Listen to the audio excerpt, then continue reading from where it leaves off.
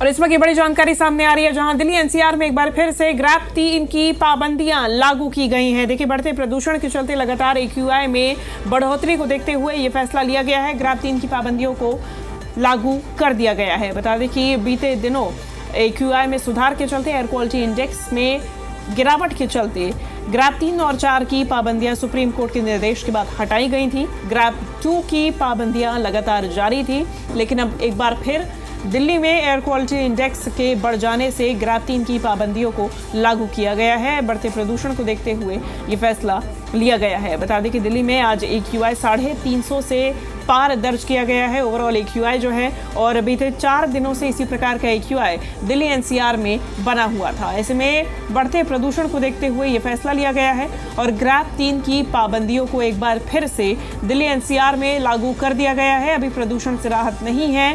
Overall air quality index की बात करें तो आज 350 से ऊपर दर्ज किया गया है।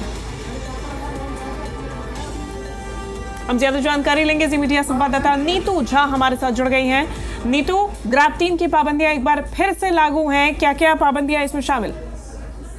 देखिए, एक बार फिर से देश की राजधानी दिल्ली में ग्रैप 3 की पाबंदियां लगा दी गई है। इससे पहले ग्रैप 4 भी शायद आपको याद हो तो लागू था, लेकिन जब दिल्ली की आबोहवा थोड़ी बेहतर हुई तो ये पाबंदियां हटाई गई। लेकिन अब फिर से दिल्ली का जो एयर क्वालिटी इंडेक्स है 350 के पार, और ये बहुत ही खतरनाक श्रेणी में। ऐसे में कई तरह की पाबंदियां जो है वो दिल्ली में लागू हो जाती है। जैसे किसी भी तरह के कंस्ट्रक्शन पर रोक रहती है। गैर जरूरी अगर वाहन जो पेट्रोल और डीजल से चलता हो वो अगर नहीं है तो उसकी दिल्ली में एंट्री भी नहीं होती है। साथ ही किसी भी तरह के कूड़े को जलाने पर रोक होती है, यानी आप कूड़ा नहीं जला सकते।